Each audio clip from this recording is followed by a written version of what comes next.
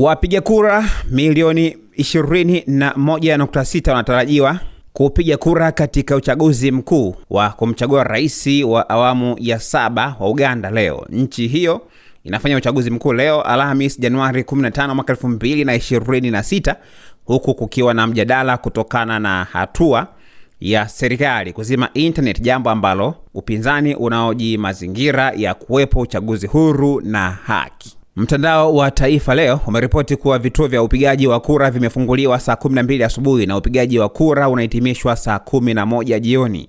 Vilevile wananchi wa Uganda katika uchaguzi huo pia watawachagua wabunge wapya. Mwenyekiti wa tume ya uchaguzi Uganda, Simon Byabakama, amesema matokeo yanatarajiwa kutangazwa ndani ya saa 48 baada ya upigaji wa kura kumalizika.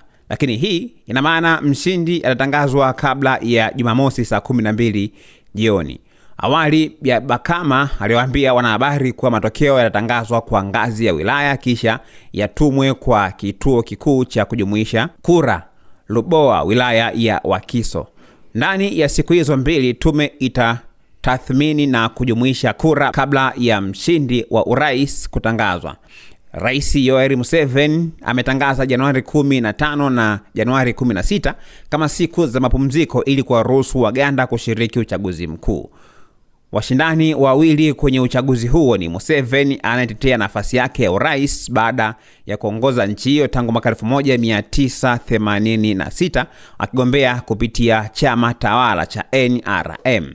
Mwanasiasa msanii Robert Kyagulanyi maarufu kama Bobi Wine naye atakuwa akijaribu bahati yake kwa mara ya pili baada ya kupoteza kwa Museveni miaka 5 iliyopita mnamo mwaka 2021.